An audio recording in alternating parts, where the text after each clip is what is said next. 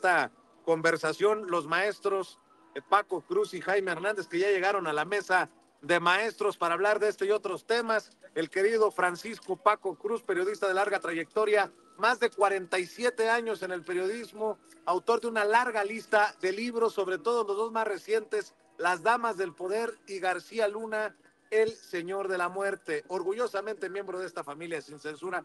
Querido Paco, ¿cómo estás? Te saludo con mucho gusto. Vicente, ¿cómo estás? Buenos días. Mira qué interesante el juez Rigoberto Almanza Rico. Sí habla, él no lo dice, tú lo dijiste bien. Es un funcionario muy mesurado, pero lo que dice no deja lugar para ninguna duda de que estamos caminando hacia un golpe de Estado, no solo técnico, un golpe de Estado real. Lo que él dice es bien interesante porque dice, recurren al artículo 11 de la ley orgánica del Poder Judicial, es decir, a una ley menor para impugnar la constitucionalidad de la Constitución. Y hay declaraciones de Javier Lainez Potisek, que en realidad lo que te dice es que sí, los ocho, la mafia de los ocho encabezada por la ministra Norma Leticia Piña Hernández, sí caminan a un golpe de Estado, y hay que recordarlo, no son ellos, son todos los grupos que están atrás de ellos, todos los poderes fácticos, más allá del PRI y del PAN, que son sus aliados políticos, no, son los poderes fácticos, personajes que tienen mucho dinero, los dueños de los dineros de este país, así que sí caminan, quieren meter a este país en una crisis de constitucionalidad, quieren, yo insisto, acorralar a Claudia. Así le hicieron al presidente López Obrador, ¿recuerdas? Cada que se aprobaba una ley que no les gustaba a los diputados del PRI o del PAN, del PRD, iban con la ministra Norma Lucía Piña Hernández, la ministra presidenta, debo decir, y las echaban para atrás. La ley eléctrica, por ejemplo, la ley, el plan B, todo se lo echaban para atrás al presidente López Obrador, de tal forma que el Poder Judicial se convirtió en el gran legislador de este país. Lo mismo le quieren aplicar a la presidenta Claudia Sheinbaum Pardo, acorralarla de tal forma que las decisiones legislativas las tenga que tomar o las tome la Suprema Corte de Justicia de la Nación, que sirve a intereses de qué? Del conservadurismo de este país y del extranjero, claramente está. Entonces, lo que dice a mí digo, ya lo confirma. Están recurriendo a una ley menor interna del Poder Judicial para impugnar la Constitución, y hay todo el camino de que sí quieren llevar al país a una crisis de constitucionalidad para acorralar a la presidenta Claudia Sheinbaum Pardo, como hicieron en su momento con el presidente Andrés Manuel López Obrador. Pero bueno, es para empezar, Vicente, saludote, un abrazote a Jaime, así que aquí estamos, Vicente, para empezar. Claro que sí, Paco, déjame saludar a Jaime Hernández. Décadas en el periodismo. Ese sí es corresponsal de guerra, no chingaderas como Loret y López Dóriga, corresponsal mexicano en el extranjero con gran conocimiento por sus años también en Estados Unidos del tema binacional, por sus años en Europa también del tema con el reino omnipresente y omnipotente español, y gran amigo, gran carnalito de Sin Censura, el querido Jaime Hernández ya también está listo para dejar la víbora chillando. Querido Jaime, ¿cómo estás? Buen día, caballeros, ¿cómo están ustedes? Un abrazo a los dos inmenso. Pues sí, y yo coincido. Fíjate que es interesante lo que está pasando. Este pulso que le está plantando Norma Piña y su claque de colaboradores contra Claudia Sheinbaum y 36 millones de ciudadanos, yo lo veo que difícilmente va a prosperar. Hace unos minutos, el Senado de la República recibió ya la iniciativa de reformas secundarias, que son las que prácticamente establecen, definen la ruta para las elecciones. Ya las recibió Gerardo Fernández Noroña y dice que se va a poner a trabajar a todo reloj para que salgan ya la convocatoria lo más rápido posible. Y entonces es interesante cómo de un lado la maquinaria, el poder ejecutivo y el poder legislativo cierran filas montan el andamiaje con bastante precisión de las reglas, bastante transparencia. Y del otro lado, la gente que sigue creyendo que puede ganarle este pulso al legislativo y al ejecutivo, están viendo por dónde tratan de alguna manera frenar, ¿no? Yo creo que es un esfuerzo agónico condenado a la derrota, pero estaba observando que es interesante cómo este grupo de gentes que se oponen a la reforma, no solamente lo hacen desde, claro, desde los sótanos de la Suprema Corte, sino también a través de medios de comunicación, periodistas. Estaba escuchando en la mañana a Ciro Gómez Leiva, también tratando un poco de arrimar el hombro a Carmen Aristegui, también tratando un poco de ver por dónde le pueden meter el pie a través del Instituto Nacional Electoral, a través del Tribunal Electoral del Poder Judicial de la Federación. Quieren generar un ambiente de desinformación y confusión en la que la gente diga, oye, no, esto está tremendo, sí, lo van a frenar, va a ser imposible. Bueno, y el Senado frena en esto. Pues no, no, no, no, no, porque las leyes están muy claras, la Constitución es muy clara, y en las leyes secundarias que hoy remitió la presidencia para que sean prácticamente implementadas y para que éstas sirvan de base para lanzar la convocatoria, todo está clarísimo, clarísimo, calendario, cómo va a suceder, porque ya ven que desde el poder de la judicatura se niegan a entregar las listas de vacantes para jueces. Ya ha dicho la presidenta, pues no hay problema, no hay problema, hay información pública, nosotros podemos recabar esa información, lo va a hacer el Senado sin ningún problema. Es decir, por un lado te meten esta versión, este relato del drama, del apocalipsis now, y por otro lado la presidenta dice, no, no va a pasar nada, nada va a detener esta reforma. Y yo creo que esto demuestra la seguridad que tiene Claudia Sheinbaum, y creo que en este caso tiene toda la razón la presidenta. ¿Por qué? Porque tiene esta reforma tiene un respaldo popular sin precedentes en la historia moderna de México. Nunca Así es. tanta gente había votado a favor de una reforma, y yo creo que la presidenta es consciente de este respaldo y no piensa desaprovechar este respaldo, queridos amigos. Así es. Y bueno, hablando de narrativas y del apocalipsis now, como lo has llamado tú, mi querido Jaime Hernández, fíjate que estaba viendo esta intentona de meter en la narrativa que México se está cayendo a pedazos. Solo por poner de ejemplo Animal Político. Creo que lo tiene ya don David, ¿no? Esta nota de Animal Político. En tercer día de gobierno de Sheinbaum, 97 homicidios en el país. ¿Doloroso? Claro que sí, doloroso. Pero, ¿qué es lo que intentan decir con esta nota? Que estamos peor que incluso con Andrés Manuel López Obrador. Solo como ejemplo, el triste, lamentable y doloroso, alucinante caso del alcalde de Chilpancingo que fue decapitado, un alcalde priista a solo una semana de haber tomado posesión. Mi querido Paco, pues preparémonos para ver lo peor de estas historias contadas por vampiros, porque como les gusta la sangre también a los medios tradicionales, Paco. Fíjate, Vicente, nada más antes de pasar al tema de Guerrero, que es todo el estado prácticamente, ahora lo vemos.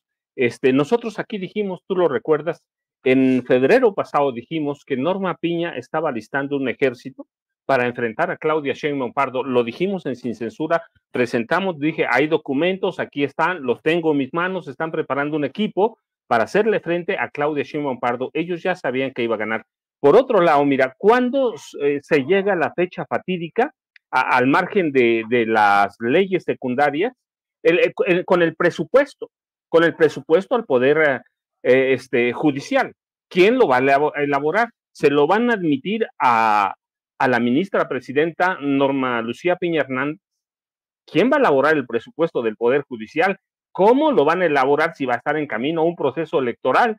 Se lo va a entregar el Poder Legislativo, que es el que tiene que aprobar el presupuesto. ¿Cuánto le va a aprobar? Me parece que ahí el presupuesto se debe entregar, la iniciativa de presupuesto la ley de ingresos también se deben presentar en noviembre próximo. Es decir, estamos a un mes y cachito de que se entreguen. Por eso precisamente fue el cambio de fecha de la sucesión presidencial. Antes, recuerdas, a los presidentes tomaban posesión el 1 de diciembre, pero nunca tenían posibilidad de revisar el presupuesto, la ley de ingresos, lo hacía el gobierno saliente, hoy lo hace el gobierno entrante. A partir de este año, ¿cómo van a elaborar el presupuesto en torno al Poder Judicial? Y la responsable de aprobarlo es la Cámara de Diputados, cuya mayoría calificada, pero con mucho, la tiene Morena. Así que para mí esta va a ser una fecha fatídica, la presentación del presupuesto de egresos y la ley de ingresos. Y mira, en cuanto a lo de Chilpancingo, Guerrero, hay que recordar que las decapitaciones no son nuevas, que en Guerrero hay una guerra literalmente hablando, a veces aminora un poco, pero está presente desde 2005, y lo digo con conocimiento de causa porque lo presento en García Luna, el Señor de la Muerte. A principios de 2005, cuando García Luna todavía era titular de la Agencia Federal de Investigaciones, firmó un pacto con el clan de los Beltrán Leiva, con el que estaban separándose del cártel de Sinaloa, para entregarle la plaza. Y a partir de 2005 y hasta el 2018, Genaro García Luna, con la autorización de Felipe Calderón, que era el jefe de esa mafia, armaron el cártel de Sinaloa, y de ahí permitieron la creación de cualquier cantidad de cárteles en el estado de Guerrero. Están los Ardillos, los Caballeros Templarios, todavía hoy, células remanentes de los Beltrán Leiva, el cártel Jalisco Nueva Generación, la familia michoacana, que también, como el cártel Jalisco Nueva Generación, es creación de García Luna y de Felipe Calderón Hinojosa. Y yo no tengo una sola duda, ni una, porque hay elementos para advertirlo, que esta reciente recrudecimiento de ejecuciones, porque no solamente es la del alcalde, sino, recuerda, antes estuvo la del secretario general del gobierno de Chilpancingo, Francisco Tapia Gutiérrez, o la del capitán Ulises Martínez. Esto parte de una orden de los equipos de Genaro García Luna y de Felipe Calderón. Lo mismo que, insisto, hay una guerra o un recrudecimiento de la violencia en Sinaloa, producto de ¿qué? De acuerdos de la DEA, con los Chapitos, con Amayiza. ¿Para qué? Para tratar de desestabilizar apenas de inicio el gobierno de Claudia Sheinbaum Pardo. Así, y lo de Chilpancingo presenta un doble reto, Vicente. ¿Por qué? Solo hay que recordar que el nuevo secretario de Seguridad Pública, Omar Hamid García Harfuch, en 2014 era uno de los comandantes asignados al estado de Guerrero, comandantes de la Secretaría de Seguridad Pública. Así que él debe conocer en este momento cuál es el mapa del narcotráfico y del crimen organizado en el estado de Guerrero. Él debe saber cómo operan los Rojos, el Cártel de Sur, las células delictivas de los Beltrán Leiva, los Guerreros Unidos. Aquí lo hemos manejado, ¿sí? El PRD controla parte de los Ardillos, por ejemplo, el mismo PRD, y ellos, los Beltrán Leiva, los Ardillos, recurrieron a las decapitaciones, y las podemos seguir, en concreto, hasta abril de 2005, cuando empieza esta serie de decapitaciones. Yo recuerdo en este momento cómo les cortaban la cabeza a las víctimas y las iban a sembrar a la Secretaría, a algunas sedes de la Secretaría de Finanzas del Estado de Guerrero, del Estado. Así que esto es producto de una violencia dirigida a principios de sexenios también, y habría que ver a Felipe Calderón, habría que ver a las células vivientes del cártel de Genaro García Luna, que están todavía operando, por lo menos hasta que le dicten sentencia, y vamos a encontrar que hay una coincidencia entre Sinaloa, entre Guerrero. Están operando una guerra dirigida para tratar de desestabilizar, pero esto implica un reto para Omar Hamid García Harfuch, porque te decía, él en 2014, él era uno de los comandantes de la Secretaría de Seguridad Pública en Guerrero. Así que debe tener muy claro no solo cómo operan los cárteles para decapitar, ataques con explosivos desde drones, asesinatos de transportistas, intervención de la iglesia, lo dije aquí, recuerdas, hace unos meses lo vimos, así que esto implica un doble reto, no para Claudia Sheinbaum Pardo, ya tiene un secretario,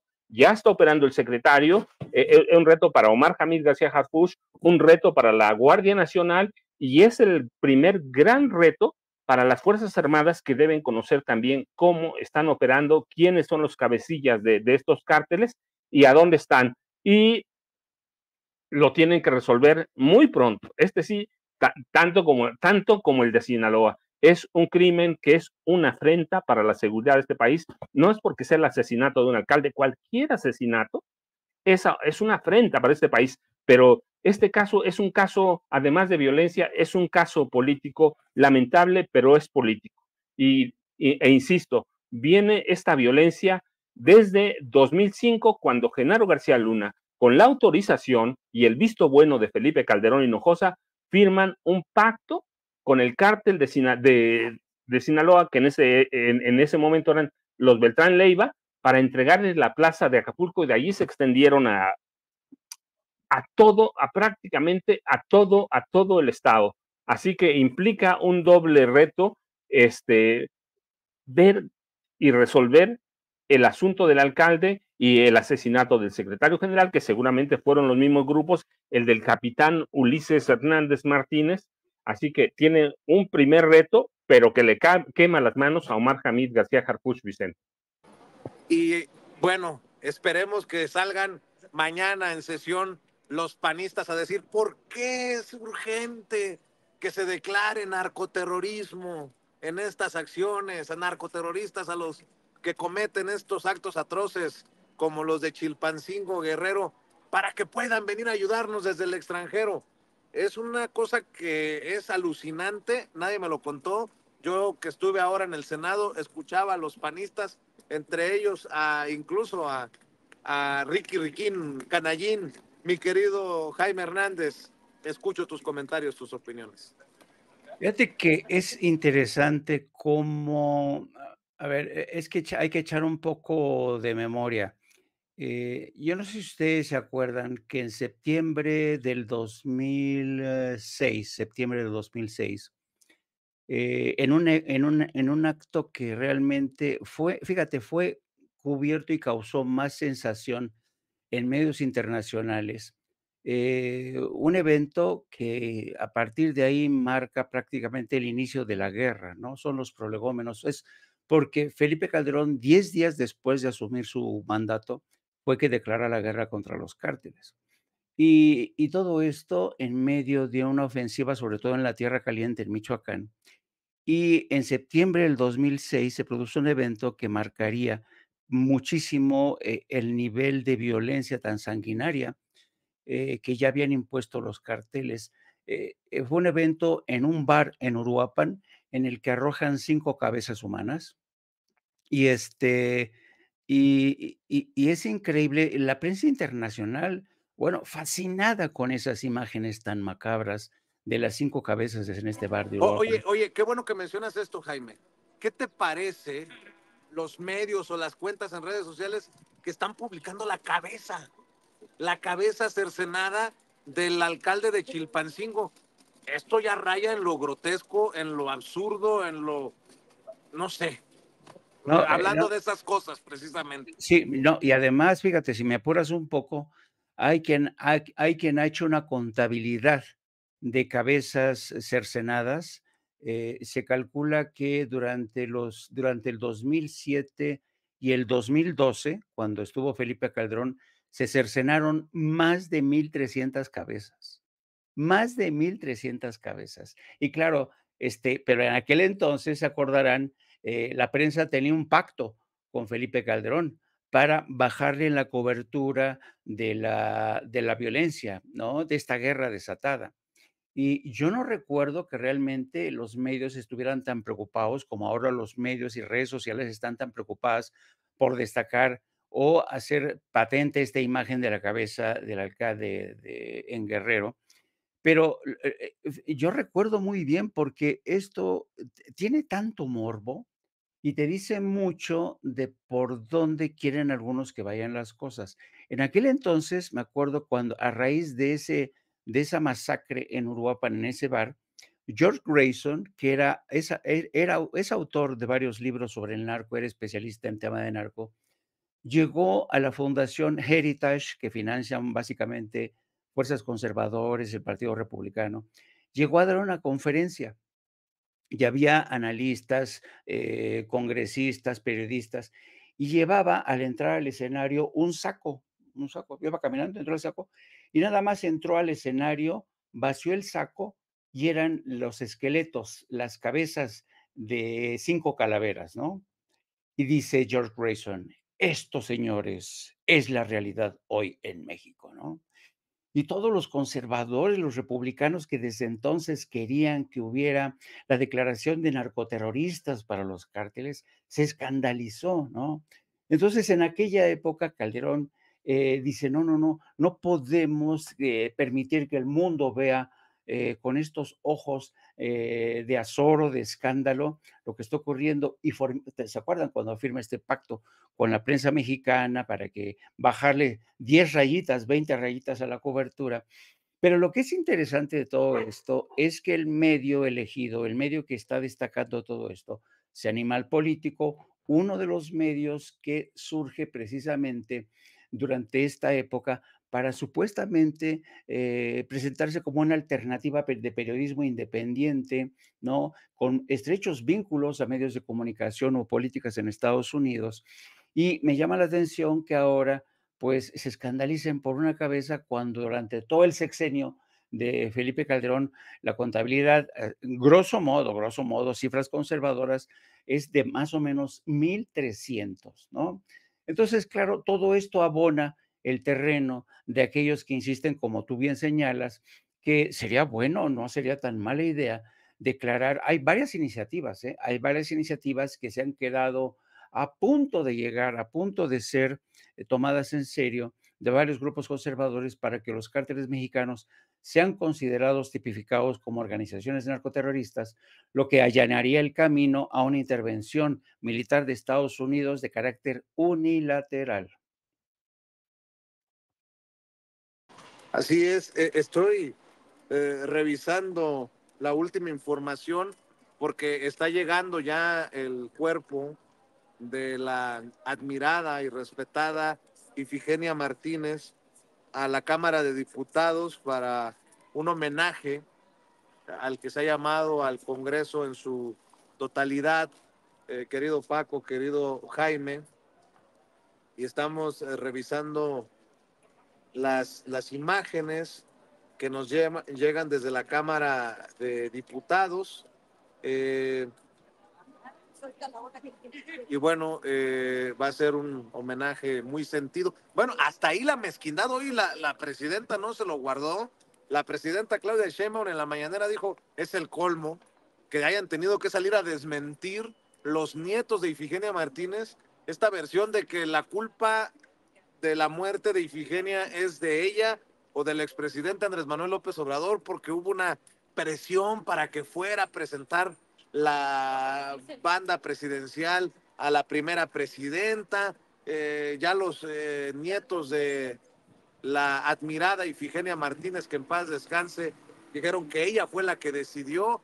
Andan como sopilotes, andan como buitres. Tiempo de buitres, decía el presidente López Obrador, ¿no, Paco? Vicente, sí, siempre, bueno, mira, la verdad es que van a aprovechar o tratar de aprovechar cualquier cosa. Ya cuando los nietos de la maestra Ifigenia, como siempre se le ha dicho, de la maestra Ifigenia, salen a desmentir, te dice algo. Para mí, el mayor homenaje que se le pudo rendir a la maestra Ifigenia es a justamente colocar la banda presidencial o entregar la banda presidencial a la presidenta Claudia Sheinbaum Pardo. Para mí, ese es parte del alma que dejó Ifigenia Martínez en su lucha por la oposición, por la izquierda, por las mujeres. Para mí fue eso, pero pues, o sea, el problema con la oposición es que como nunca ha tenido nada y van a seguir en ese tenor durante 6 años, oye, yo me atrevo a decir hasta más, porque no tienen rumbo, no tienen norte, no tienen brújula y van a aprovechar cualquier cosa. Pero para mí, cuando lo vi, ese era el mayor homenaje a la maestra Efigenia Martínez que se le podía rendir. ¿Por qué? Por toda su lucha. Yo la recuerdo mucho en la corriente democrática, cuando sale con Cuauhtémoc Cárdenas, Porfirio Muñoz Ledo. Siempre fue una mujer y una luchadora muy consecuente, pero pues la oposición es eso, son buitres, es una jauría, son llenas y así van a permanecer el resto del sexenio, Vicente. Así es, y estaba viendo un video que está circulando en redes sociales de Eduardo Andrade, que ahora entiendo lo hicieron famoso por aquel desfiguro cuando entra hace años a un debate en vivo, a un estudio de Televisa, en donde encabezaba u organizaba el debate Joaquín López Dóriga, el jurista político, profesor universitario, ex abogado general de la UNAM, Eduardo Andrade, sobre esto de la reforma al Poder Judicial en momentos en que Rosa Isela Rodríguez presenta, lleva, entrega en el Senado de la República el paquete de leyes secundarias para esta reforma que se meterá a discusión a comisiones, ya se ha turnado a comisiones, lo dijo el propio Gerardo Fernández Noroña. Vamos a ver y escuchar. No hay en este momento mayor actualidad desde el punto de vista jurídico que el tema de la posibilidad de que llegue a sancionarse a jueces o magistrados que no han cumplido con su deber. La consejera jurídica del gobierno que está por entrar, Ernestina Godoy, hizo unas declaraciones que me parece que deben ser escuchadas con mucha atención. Lo cierto es que, de acuerdo a la más esencial doctrina constitucional, el Poder Judicial no puede detener el trabajo del Poder Legislativo y mucho menos el del Poder Constituyente permanente, porque son funciones diferentes. El Poder Judicial puede sí controlar la constitucionalidad de leyes comparándolas con la Constitución, pero no puede echar abajo la Constitución. Sería colocarse por encima del poder capaz de reformar y adicionar la Constitución, que produce normas constitucionales, y esas normas constitucionales no pueden ser cuestionadas a la luz de una supuesta inconvencionalidad, que no es el caso, y menos aún tratar de detener o de echar para atrás, como ya sucedió en uno de los amparos, una suspensión con efectos restitutorios imposibles cuando está ya aprobada y vigente una reforma a la Constitución. Hay que tener cuidado con lo que está ocurriendo porque se habla de manera superficial y como un eslogan político. Decir que rechazan la dictadura, eso vi en un gran letrero en un tribunal, cuando en realidad sería muy delicado que pensáramos que el Poder Judicial puede hacer lo que sea, puede dejar sin efecto la Constitución. Ahí está el punto, ¿no? Hablan de una dictadura, pero el Poder Judicial se quiere elevar por encima de los otros poderes. Por cierto, le fallaron los odiadores de la 4T. No era dictadura la de López Obrador, ahora es la dictadura. Ya ves que sacaron hasta una lista de los periodistas que ya han sido censurados, los periodistas damnificados del segundo piso de la Cuarta Transformación. Querido Jaime, escucho tus comentarios. Pues empiezo de atrás, no, de delante para atrás. Fíjate que yo estaba reflexionando precisamente sobre estas palabras de Eduardo Andrade, en el sentido de que él dice que muchas veces se trata con mucha, estoy parafraseándolo, con mucha ligereza de parte de algunos medios. Y yo precisamente pensando en el papel que están jugando personajes como Joaquín López Dóriga, Ciro Gómez Leiva, Carmen Arístegui y todo este esfuerzo denodado realmente para confundir al público, no es que estén actuando a la ligera, no, forman parte de un grupo opositor. Ya se lo dijo Ricardo Monreal en su cara a Carlos Loret de Mola, dice, no, ustedes son la oposición. Y en serio, estos medios se han comportado como la oposición, se han olvidado del ejercicio del periodismo, ¿no? De ahí que hoy más que nunca sea más importante la labor que desempeñan medios de comunicación independientes, comunicadores independientes para poner las cosas en su lugar. Yo creo que esto por un lado, ¿no? Por otro lado, creo que la batalla a estas alturas, desde mi punto de vista, ya la tiene perdida el Poder Judicial. Ya la tiene perdida. Va a ser imposible realmente que Norma Piña y sus seguidores consigan frenar, echar para atrás este proceso. Yo no veo cuál va a ser el argumento. Incluso si la llegaran a declarar inconstitucional en una votación de la Suprema Corte, esto no hay quien lo detenga, porque el gobierno le asiste la razón jurídica y política, ¿no? Y así yo creo que esta batalla, yo creo que Norma Piña ha demostrado ser una mujer que siempre ha tenido un pésimo cálculo político, pero pésimo. Y yo creo que como estratega, Norma Piña es de una altura bastante mediocre. ¿Cómo se le ocurrió meterse en una batalla que no iba a ganar desde aquella imagen del 5 de febrero, cuando no quiso ponerse de pie ante la llegada del presidente? Y que ella se dice que fue porque prácticamente ella sabía que la reforma se venía y ella estaba inconforme con esa reforma. Entonces, yo creo que todo el cálculo político de Norma Piña y quienes secundan su campaña está ya condenada al fracaso. Es mi punto de vista, mi percepción. Y finalmente, en el tema yo sí quiero que es importante hablar de Ifigenia Martínez, porque yo creo que es una mujer que realmente sí marcó un hito en la historia de México. Y fíjate lo interesante del caso de Ifigenia Martínez. Yo creo que Claudia Sheinbaum, al elegir a Ifigenia, le quiso dar el protagonismo que muchos en el seno del PRI, incluso del PRD, siempre se resistieron. Porque yo recuerdo, yo estuve en el acto en la casa de los Cárdenas, de Cuauhtémoc Cárdenas, cuando ellos anuncian el rompimiento con el PRI, en un evento en que fueron muchísimos periodistas nacionales y extranjeros.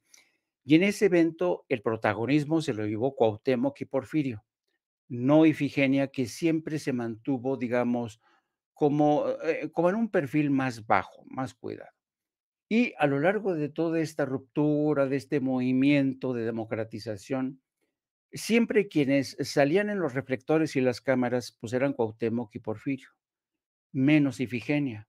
Entonces, yo creo que en muchos sentidos Ifigenia se convirtió o la convirtieron en una convidada de piedra, a pesar del enorme papel y de la enorme valentía de esta mujer, a pesar de su gran preparación, porque ella era una mujer muy preparada, es una académica excepcional, pero siempre, yo creo que de alguna manera este patriarcado en la política mexicana hizo que Ifigenia siempre estuviera en segundo plano, siempre por detrás de Porfirio o Cuauhtémoc. Cuando viene esta transición, Claudia le dice: "No, esta mujer tiene que estar en primer plano, entregándome la banda presidencial", que es una versión muy distinta a esta historia macabra que venden desde la oposición y medios diciendo: "No, esta mujer es una mujer que no tiene corazón, como Claudia la obligó ahí, la mató", ¿no? Y cuando la intención de Claudia Sheinbaum era restituirle ese protagonismo que en muchas ocasiones no se le concedió durante toda esta lucha a favor de la democratización. En muchos sentidos, Ifigenia Martínez fue considerada algo así como un accesorio, en la cuota femenina, ¿no? Y cuando llega como presidenta Claudia Sheinbaum dice: "No, esta mujer tiene que estar en primer lugar", ¿no? Y la propia Ifigenia Martínez, cuando los médicos y la gente, el personal de la Cámara de Diputados se preocupó por ella, ella dijo: "No, yo voy a estar aquí y voy a cumplir". Y mira, para mí es de verdad, qué bueno que se le rinda un homenaje hoy a esta mujer que entregó hasta el último aliento a favor de la transición democrática. Precisamente vamos a las imágenes en vivo y en directo a la Cámara de Diputados, en donde el Congreso en conjunto, Cámara de Diputados, Cámara de Senadores, rinde un homenaje póstumo a la gran, admirada, respetada Ifigenia Martínez. Honorable Asamblea, nos encontramos reunidos en este salón de sesiones para llevar a cabo un homenaje luctuoso con motivo del sensible fallecimiento de la maestra Ifigenia Marta Martínez y Hernández, presidenta de la mesa directiva de esta honorable Cámara de Diputados. Nos acompañan a este homenaje familiares y amigos de la distinguida maestra Ifigenia. Sean todos bienvenidos y bienvenidas. Y ahora solicito a todas las presentes y los presentes ponerse de pie para guardar un minuto de silencio en homenaje a nuestra querida compañera.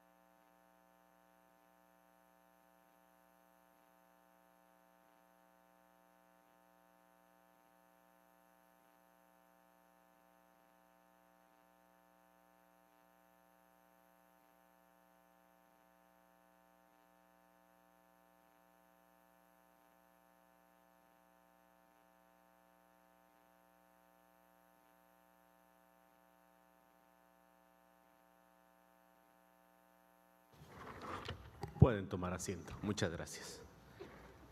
A continuación se proyectará en las pantallas de este salón de sesión una semblanza de la vida y obra de la diputada Ifigenia Martínez Hernández. Adelante, por favor.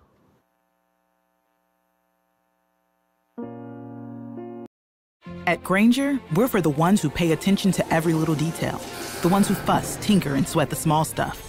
Because you know the tiniest thing can make the biggest difference when it comes to keeping business moving.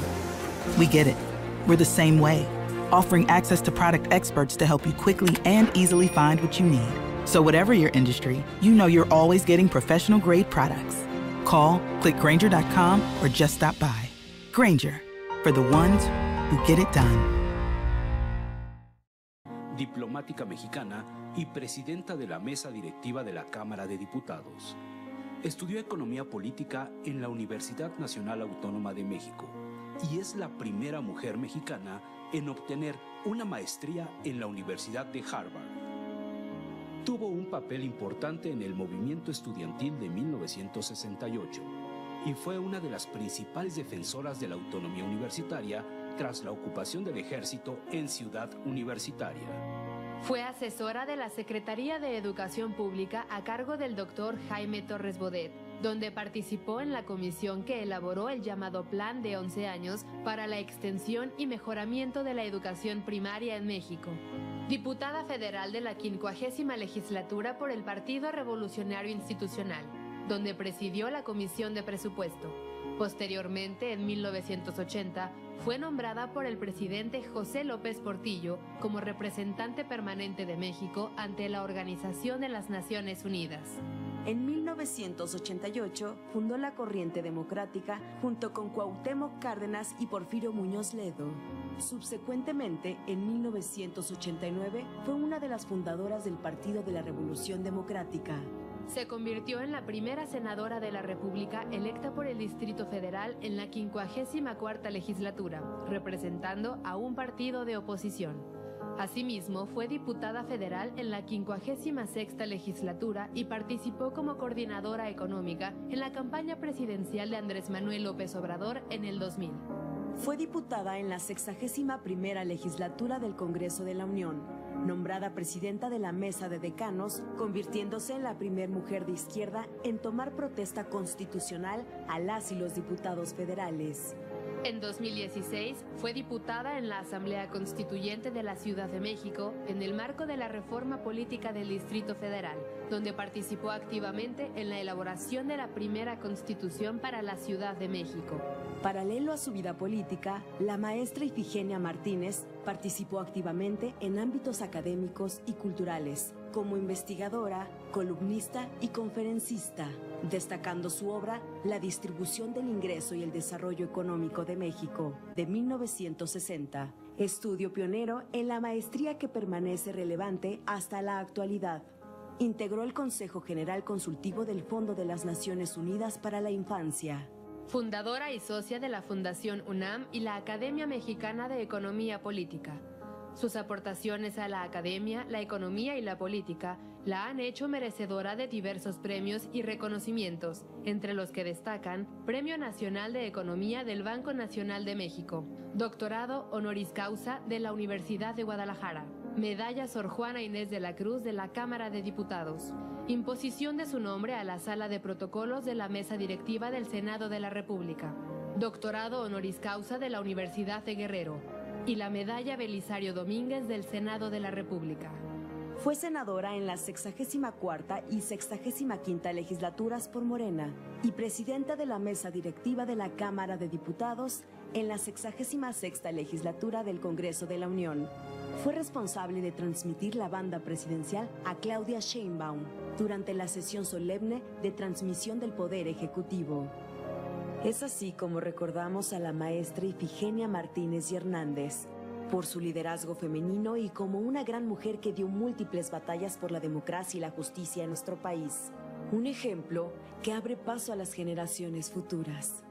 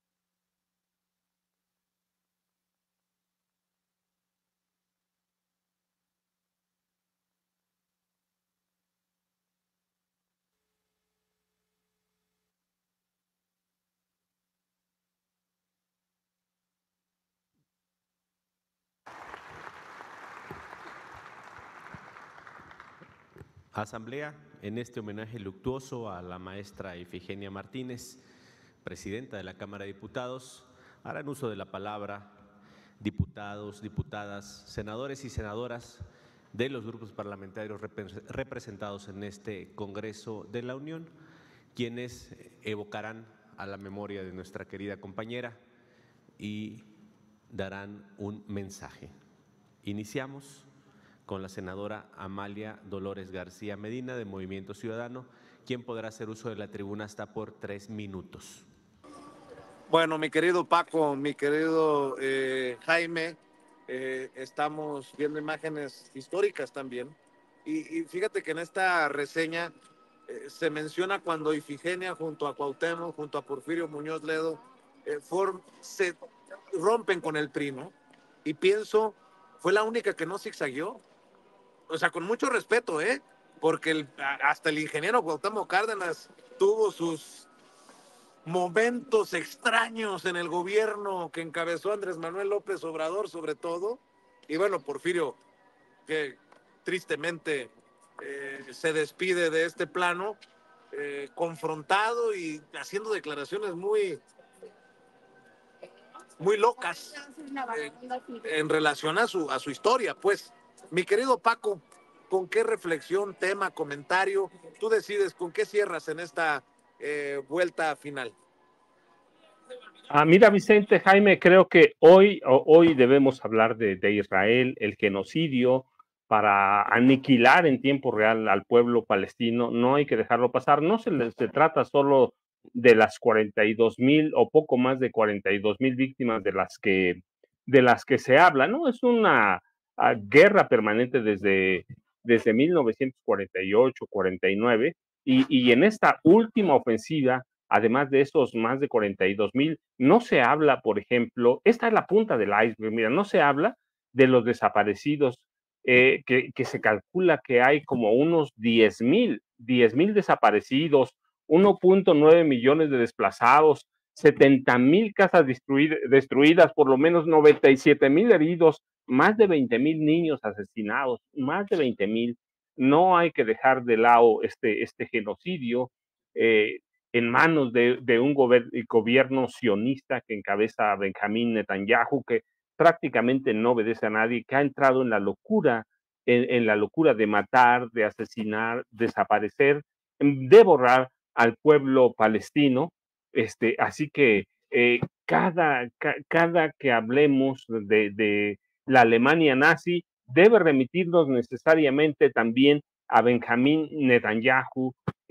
Yo digo que está más todavía por encima de Adolfo Hitler con todo lo que representa, porque es un personaje que también tiene un proyecto expansionista y que incluye exterminio y exterminio de niños.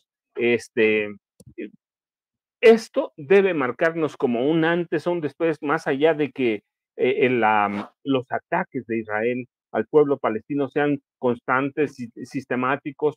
Las escaladas de violencia deben recordarnos el holocausto de Hitler, pero también el holocausto de Palestina, de manos de un loco, de un grupo, porque es un grupo. Hay que ver a sus ministros, todos son de ultraderecha de su partido y todos son sionistas, es decir, todos son nazis, así que no hay que dejarlo pasar, no hay que olvidarlo, al margen de que de que los organismos internacionales, la ONU y la OTAN, le den la mano a Netanyahu. Siempre tenemos que reclamarlo, Vicente. Con eso cerraría yo ya sabes, @Paco Cruz Jiménez en X, antes Twitter, Francisco Cruz Jiménez en Facebook, y yo sé que Jaime tiene un punto de vista muy importante, él que ha sido, y yo lo digo verdaderamente, a mí me da placer estar con él en esta mesa, siempre él ha sido corresponsal de guerra, él sabe lo que son esos horrores, así que el pueblo palestino debe estar presente en la cabeza de cada uno, y también a ti. Te dejo un abrazote y otro a Jaime, de veras, siempre. Gracias, Paco, y recuerden los dos más recientes libros del maestro Paco Cruz, Las Damas del Poder y García Luna, El Señor de la Muerte. Si tienes que correr, Paco, te mandamos un abrazo. Mi querido Jaime Hernández, comentario, tema, opinión con la que quieras cerrar en esta vuelta de cierre en la mesa de maestros. Sí, pues yo me sumo a mi querido Paco porque hoy es precisamente 7 de octubre, se cumple un año desde el inicio, desde el estallido de esta guerra, que más que guerra, este genocidio, como bien dice el maestro Paco, de Israel, primero contra Gaza, luego contra Cisjordania y luego ahora contra el Líbano. Y para mí es inevitable pensar, mirar por el espejo retrovisor. Hace más de 40 años, Vicente, te voy a decir, sí, más de 40 años, yo hice mi primer cobertura como enviado especial precisamente a Beirut. Y recuerdo que era en la década de los 80s y recuerdo muy bien cuando yo llego a Beirut, era un país destrozado, destrozado. Estaba, y en aquel entonces, ese país estaba prácticamente dividido, ¿no? Había un sector musulmán y otro cristiano, pero detrás de toda esta escena macabra, estaba Israel. Israel desde hace muchos años, apostó por la división del mundo árabe. Su estrategia para dividir y debilitar a todos ellos, a los que lo ven y lo siguen viendo como una amenaza, era primero divide y vencerás. Y lo consiguió en el caso de Líbano, lo consiguió en el caso de Siria, lo consiguió en el caso de Jordania y también últimamente en el caso de las monarquías del Golfo. Y, y el único país que más o menos se ha mantenido y plantado cara es Irán, ¿no? Pero, ¿a dónde voy ahora? Yo creo que a lo largo de todos estos años, la estrategia de Israel, y apoyada, respaldada por Estados Unidos, es prácticamente reconfigurar todo el mapa de Oriente Medio. ¿Cómo? Pues, borrando del mapa a un pueblo, cuya suerte se decidió en 1947. Desde entonces se decidió, de espaldas al pueblo palestino, y lo decidieron los británicos, entregarles ese territorio a los judíos, pero además se los entregaron y los convirtieron en los dueños y en los que llevarían las riendas de un proceso sin informar al pueblo palestino. Y viene entonces la conocida primera Nakba, la primera gran tragedia, cuando vienen, asesinan a miles, los expulsan de sus tierras, y luego vino la guerra de los 6 días, y ahora este pretexto, porque a mí, el atentado del 7 de octubre del año pasado, tiene todos los tintes de autoatentado. Hoy mismo, precisamente, el padre de uno de los soldados que perdieron la vida el 7 de octubre, hace un año, en una ceremonia luctuosa, pidió que se cree una comisión de investigación para esclarecer cómo fue posible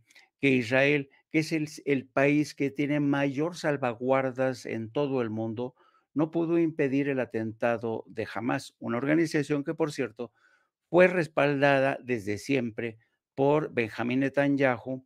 Él los financió.